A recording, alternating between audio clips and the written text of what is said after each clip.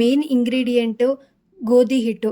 ಇದನ್ನು 1 ಅಥವಾ 2 ಸ್ಪೂನಷ್ಟು ಆ್ಯಡ್ ಮಾಡ್ಕೊಳ್ಳಿ.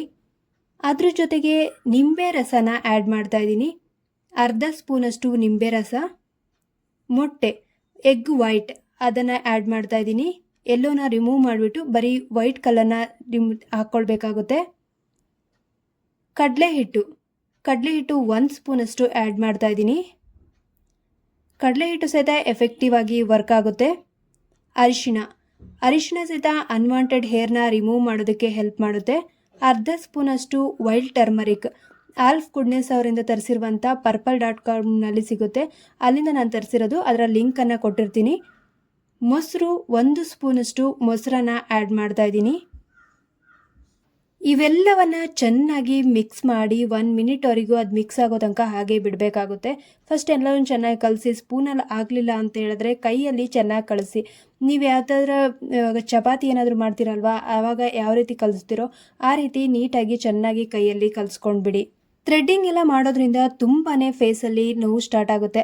ಅದಕ್ಕೆ ಆದಷ್ಟು ಈ ರೀತಿಯಾದಂಥ ಹೋಮ್ ರೆಮಿಡೀಸ್ನ ಪ್ರಿಪೇರ್ ಮಾಡೋದ್ರಿಂದ, ಇದನ್ನು ನಮ್ಮ ಮುಖಕ್ಕೆ ಹಚ್ಕೊಳ್ಳೋದ್ರಿಂದ ಇದು ನಮ್ಮ ಸ್ಕಿನ್ ಮೇಲೆ ಎಫೆಕ್ಟಿವ್ ಆಗಿ ವರ್ಕ್ ಆಗೋದಲ್ಲದೆ ಮತ್ತೆ ಪದೇ ಪದೇ ಬರುವಂಥ ಹೇರ್ನ ಕಡಿಮೆ ಮಾಡೋದಕ್ಕೆ ಹೆಲ್ಪ್ ಮಾಡುತ್ತೆ. ನಾನಿಲ್ಲಿ ಹಾಕಿರುವಂಥ ಎಲ್ಲ ಇಂಗ್ರೀಡಿಯೆಂಟ್ಸು, ಕಡಲೆ ಹಿಟ್ಟಾಗಿರ್ಬೋದು, ಅರಿಶಿಣ, ಗೋಧಿ ಹಿಟ್ಟು, ಲೆಮನ್, ಮೊಸರು ಇವೆಲ್ಲನೂ ತುಂಬ ಎಫೆಕ್ಟಿವ್ ಆಗಿ ವರ್ಕ್ ಆಗುತ್ತೆ. ಇದು ತುಂಬ ಡ್ರೈ ಆಗೋ ತನಕ ಹಾಗೆ ಬಿಡಬೇಕಾಗುತ್ತೆ.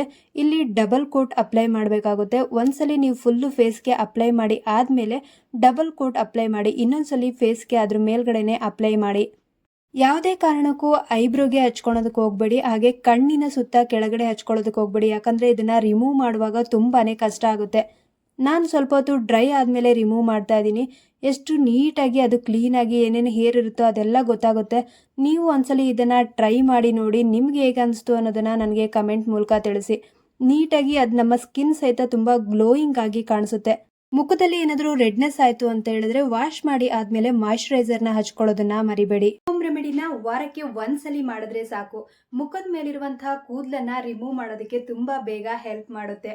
ನೀವೇನಾದರೂ ಥ್ರೆಡ್ಡಿಂಗ್ ಮಾಡಿಸ್ಕೊಳಕ್ಕೆ ಹೋದರೆ ಥ್ರೆಡ್ಡಿಂಗ್ ಮಾಡಿಸ್ಕೊಳ್ಳುವಾಗ ಅದು ಪೇನಿಂಗ್ ಸ್ಟಾರ್ಟ್ ಆಗುತ್ತೆ. ಅದನ್ನ ಬಿಟ್ಟು ಏನಾದರೂ ವ್ಯಾಕ್ಸಿಂಗ್ ಮಾಡ್ಕೊತೀರಾ ಅಂತ ಹೇಳಿದ್ರೆ ಮುಖ ಸುಕ್ಕು ಕಟ್ದಂಗೆ ಆಗುತ್ತೆ. ನಿಮಗೆ ಆ ಟೈಮ್ಗೆ ಅದು ಗೊತ್ತಾಗದೇ ಇರ್ಬೋದು, ಆದರೆ ದಿನ ದಿನ ಹೋಗ್ತಾ ಹೋಗ್ತಾ ಅವಾಗ ಗೊತ್ತಾಗುತ್ತೆ. ಅದು ಮುಖದಲ್ಲಿ ಸುಕ್ಕು ಕೊಟ್ಟದಂಗೆ ವಯಸ್ಸಾದಂಗೆ ಕಾಣಿಸಿದಾಗ ಅವಾಗ ಅರ್ಥ ಆಗುತ್ತೆ. ಅದಕ್ಕೆ ಆದಷ್ಟು ವ್ಯಾಕ್ಸಿನ್ಗಳನ್ನೆಲ್ಲ ಜಾಸ್ತಿ ಮಾಡಿಸ್ಕೊಳೋದಕ್ಕೆ ಹೋಗಬೇಡಿ. ಆದಷ್ಟು ಹೋಮ್ ರೆಮಿಡೀಸ್ನ ಯೂಸ್ ಮಾಡಿ, ಅದರಿಂದನೇ ನಮ್ಮ ಹೇರ್ ರಿಮೂವ್ ಆಗುತ್ತೆ. ನಾನು ಯೂಸ್ ಮಾಡಿರುವಂಥ ಟರ್ಮರಿಕ್ ಸಹಿತ ಅದು ಕೂದಲನ್ನು ರಿಮೂವ್ ಮಾಡೋದಕ್ಕೆ, ಅನ್ವಾಂಟೆಡ್ ಕೂದಲನ್ನು ರಿಮೂವ್ ಮಾಡೋದಲ್ಲದೆ ನಮ್ಮ ಮುಖದ ಮೇಲೆ ಬೆಳೆಯುವಂಥ ಕೂದಲನ್ನು ಕಡಿಮೆ ಮಾಡುತ್ತೆ.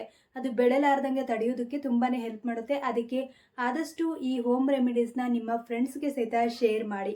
ಈ ವಿಡಿಯೋ ನಿಮಗೆ ಇಷ್ಟ ಆಗಿದೆ ಅಂದರೆ ಲೈಕ್, ಶೇರ್ ಹಾಗೆ ಸಬ್ಸ್ಕ್ರೈಬ್ ಮಾಡೋದನ್ನು ಮರಿಬೇಡಿ. Thanks for watching.